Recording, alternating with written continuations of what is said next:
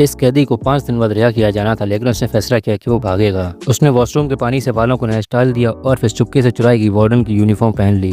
पर यह तो बस उसकी दीवानगी की शुरुआत थी। अब उसका प्लान था कि सबकी आंखों के सामने से जेल को पार करना है। लेकिन हैरानगी की बात तो ये थी, जिस माइकल को यहाँ 5 साल हो गए बंद हुए, लेकिन उसे कोई पहचान क्यों नहीं पा रहा है। असल में उसने भागने से पहले अपनी बढ़ाई हुई दाढ़ी काट ली थी और यही उसका फायदा था, लेकिन असली चाल तो भी बाकी थी। जैसे ही कैदियों की भीड़ निकली, माइकल ने एक गार्ड की आईडी चुरा ली। बस एक दरवाजा और था और आजादी इसके सामने थी। उसने कार से दरवाजा अनलॉक किया, लेकिन तभी सामने से एक हाथ आता है और उसका रास्ता रोक लेता है। सांस रुक जाती है, लेकिन कार समझता है ये कोई नई भर्ती है, तभी उसे जाने देता है। माइकल मुस्कुराता है, पर अंदर से जानता है कि पुलिस को सिर्फ 10 मिनट पता चल जाएगा कोई कैदी फरार हुआ है। वो सीधे जेल की मरम्मत वाली बहने पहुंचता है और इंजन स्टार्ट करता है और शहर को चीरता हुआ एयरपोर्ट की तरफ बढ़ता है। पर वह प्लेन में बैठने नहीं आया था, वह तो बस एयरपोर्ट के पास एक सेकंड हैंड मार्केट में पहुंचा। सिर्फ $3 का उसने एक पुराना बेटा जैकेट खरीदा और सामने देखा एक कन्वर्टिबल रोल्स रॉयस खड़ी है। उसमें अंदर बैठा अरबपति समझता है माइकल एक वैलिड है और उसे कार की चाबी थमाता है और कुछ टिप देता है। लेकिन अगले ही पल माइकल गाड़ी लेकर रफू चक्कर हो जाता है। माइकल ने 5 दिन की रिहाई छोड़ दी क्योंकि उसकी गर्लफ्रेंड ने उससे एक बात कही थी। अब इस केस की जिम्मेदारी एक सीनियर एजेंट को दी गई है। वो सीधा माइकल की गर्लफ्रेंड के घर पहुंचा।